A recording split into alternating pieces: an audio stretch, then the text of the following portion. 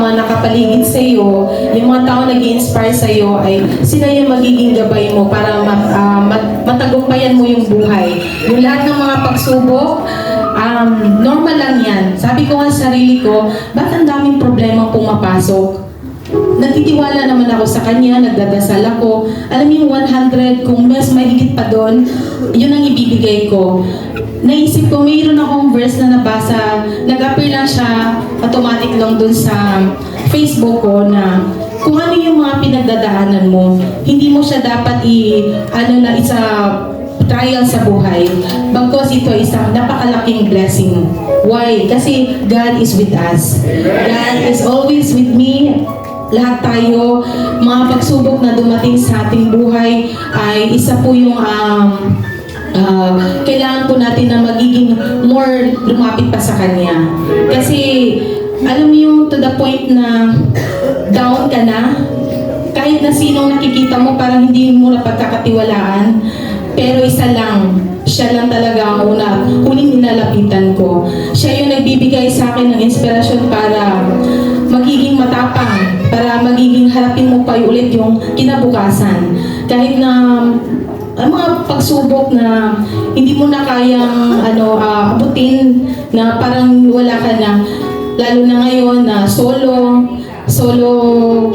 mother, ito yung magiging anghel para sa akin. Bye-bye. Ang pinapasalamatan ko talaga po si Yahweh Shaddai. Kahit na naka-duty ako, lagi kong pinapanood yung pag 1 o'clock kasi ang sarap ng pakiramdam na narinig mo yung mga message niya.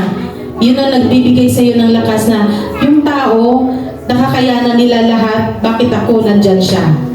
Ganun po yun. At maraming salamat po. Amen. Praise God. Purihin natin ng Diyos. Thank you po.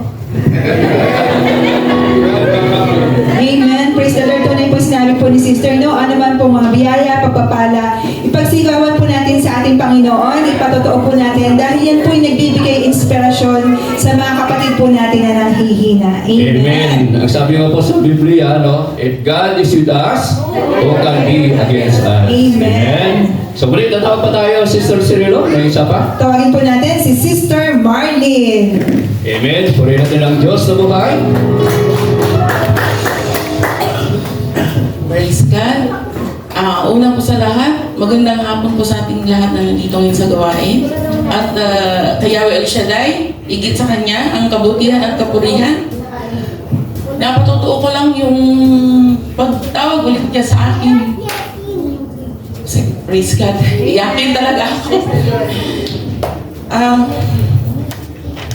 Hallelujah.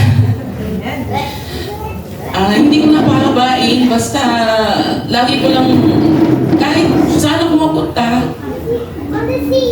siguro kung may 10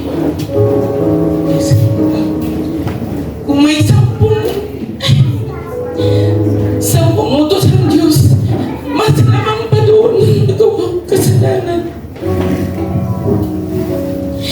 Pero nagpasalamat ko sa Kanya kasi hindi niya ako pinabayaan. Lagi pa rin niya ako pinagpapala. At kahit hindi, matagal akong hindi bumalik, pero hindi ako nakakalimot sa Kanya. Lagi akong tumatawa, lagi akong nagpapasalamat sa mga biyayang binigay niya sa akin. Ang dami kong nagawang kasalanan, pero hindi niya ako iniwan. Lagi niya akong sinasabihan, huwag kang sumuko, andito ako. Kahit ano man yung nagawa mo, hindi kita mababayaan. Amen. Lord, nandito ulit ako at hindi na po ako tatalikod sa iyo. Habang buhay ba ako maglilingkod, kung tatawagin mo po ako, ayon sa iyong kalooban, ikaw po ang bahala sa akin. Ang lahat po ay binabalik ko sa iyong kapurihan. Maraming salamat po, Ama. Maraming salamat po, tinawag mo ulit ako. Yun lang po at halang pupurihin po natin ang Diyos. Amen. Salamat. Purihin po natin si Yahweh Shaddai. Amen. Praise the Lord. Tunay nga po. na madalas tayo po'y nakakalimot sa ating Panginoon, pero ang ating Diyos na sinasamba kahit kailan, hindi niya po tayo pababayaan Amen. o iiwan man. Amen. Amen.